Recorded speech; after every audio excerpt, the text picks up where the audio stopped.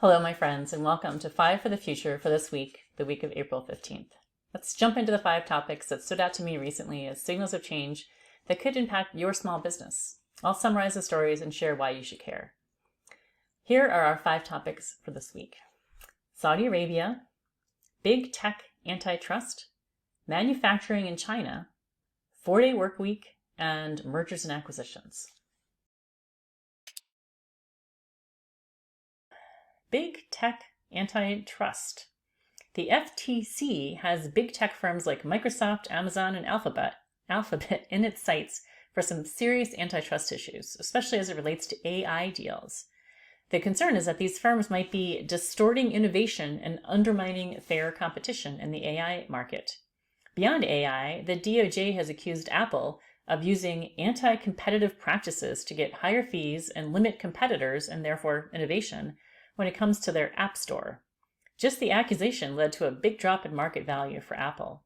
And it's not just the DOJ, but also the European Commission accusing Apple of not competing fairly. And it's not just Apple. Facebook and Mark Zuckerberg are under scrutiny for working to access encrypted user actions in apps like Snapchat, YouTube, and Amazon in order to improve its own competitive offerings by spying on its competitors. And Amazon has been able to be so vague about how it makes money that it makes it hard for the FTC to accuse it of unfair practices. By glomming all their revenue sources together, it becomes difficult for the FTC to see which divisions are losing money, a sign of trying to establish a monopoly, and which divisions are making boatloads of money, a sign of a successful monopoly situation. So what does this all mean for you and your small business?